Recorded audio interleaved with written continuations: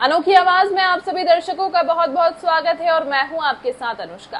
रीवा में अब भू माफियाओं की नजर सिर्फ सरकारी और खाली पड़ी जमीनी तक सीमित नहीं रही, बल्कि अब शमशान और कब्रिस्तान की भूमि भी अतिक्रमणकारियों के निशाने पर आ गई है।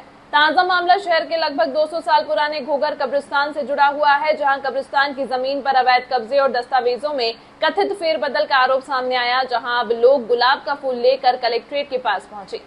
मुस्लिम समाज का आरोप है कि कब्रिस्तान की जमीन पर कब्जा करने के लिए रिकॉर्ड में हेरफेर किया गया। दस्तावेजों में दुकानों का उल्लेख कर जमीन को खुर्द बुर्द कर दूसरे लोगों के नाम चढ़ा दिया गया। समाज के लोगों का कहना है कि यह भूमि रीवा के महाराजा अजीत सिंह द्वारा कब्रिस्तान के लिए दी गई थी, जो वर्तमान में वक्फ संपत्ति के रूप में दर्ज है। समाज के लोगों के मुताबिक सबसे चिंताजनक बात यह है कि जिन लोगों को इस जमीन की देखरेख की जिम्मेदारी सौंपी गई थी, उन्हीं पर भूमि पर आधिपत्य जमाने के आरोप लग रहे हैं।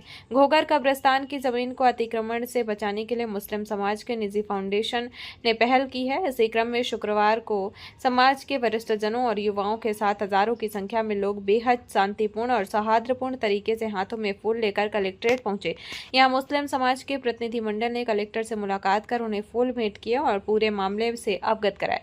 समाज ने कब्रिस्तान की जमीन की निष्पक्ष जांच कर अतिक्रमण मुक्त कराने की मांग उठाई है। वहीं कलेक्टर ने समाज द्वारा किए गए फूल स्वीकार करते हुए मामले की जांच कराने और उचित निराकरण का आश्वासन दिया है। देखिए, ये अवाम फाउंडेशन ने आज ज्ञापन प्रस्तुत किया है। क्योंकि एक तो जो आपने फूल की बात करी है तो वो उनका प्रेम है और वो सम्मान देने आए थे, और दूसरा कुछ अपनी बातें भी रखने आए थे।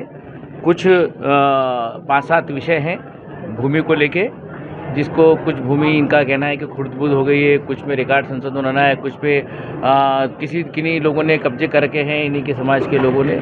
तो वो सब बातें इसमें आई हैं। इसका परीक्षण कराएंगे और परीक्षण करा के इसका समुचित निराकरण करने का प्रयास करेंगे। सभी को समझाया भी है कि भूमि संबंधी काम राजस्व न्यायालय संबंधित होते हैं, इसमें थोड़ा सा इनको सब्र भी रखना पड़ेगा, लेकिन समय के साथ में इसको हम निराकृत करने की कार्रवाई करेंगे। क्यों आए?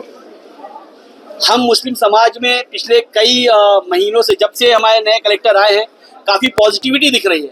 और सबसे बेहतरीन बात यह है कि डिसिप्लिन, अनुशासन को लेकर पॉजिटिविटी दिख रही है, जो बहुत ज़्यादा ज़रूरी है। किसी भी कार्यालय हो, कोई घर हो, परिवार हो, दोस्त हो, यार हो, डिसिप्लिन होना बहुत ज़रूरी है। और जो नए कलेक्टर महोदय आए हैं वो बहुत डिसिप्लिन है, उनका फोकस डिसिप्लिन पे है। उनका वेलकम करने के लिए एक उम्मीद जगी हमारे हम सभी समाज में, सारे जाति वर्ग के लोगों में।